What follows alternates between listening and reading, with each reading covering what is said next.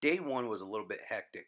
We spent all of our time either in airports or on airplanes trying to figure out how to get comfortable. So we had to fly out of Charleston into DC, out of DC over the Pentagon into Boston, home of the 5-time Super Bowl champion winning New England Patriots, out of Boston into New York where we picked up Lili, then finally out of New York over the Big Pond 3,500 miles into London.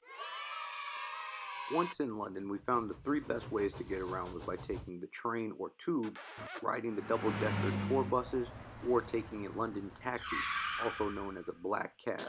They comfortably fit 5 people in the back, or they could just sleep 2. Once we started sightseeing, we learned a lot. Like, this is not Big Ben. This is the Elizabeth Tower. Big Ben is just one of the bells inside. This is not London Bridge. This is Tower Bridge, and it's awesome. London Bridge, eh. And lastly, this is escargot. It's snails, and it tastes just like snails.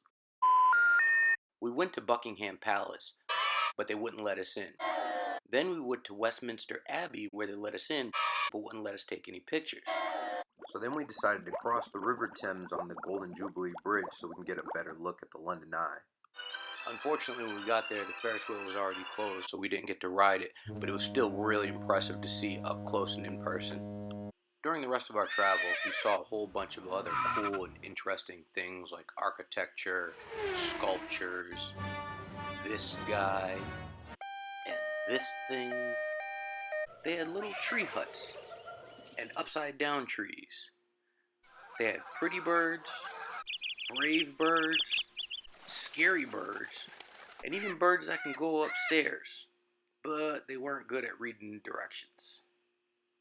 At night, we had dinner and a show at a really cool place called Circus Circus. The next morning, we said goodbye to London and jumped on the Eurostar train through the Channel and headed over to Paris, France. Once in Paris, we jumped back on a double-decker bus and had an aerial view of some of the craziest driving I've ever seen. As I watched the mopeds dart in and out of traffic, I realized there were no painted lines to designate lanes. Once I finally got over that, I noticed that we were going around the Arc de Triomphe, and that's what I was really supposed to be focusing on. Paris also had a Ferris wheel at Place de la Concorde, but we didn't go on that one either.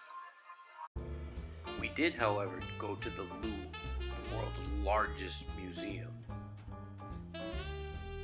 They had the Mona Lisa, Venus de Milo, Winged Victory of something something, and this guy.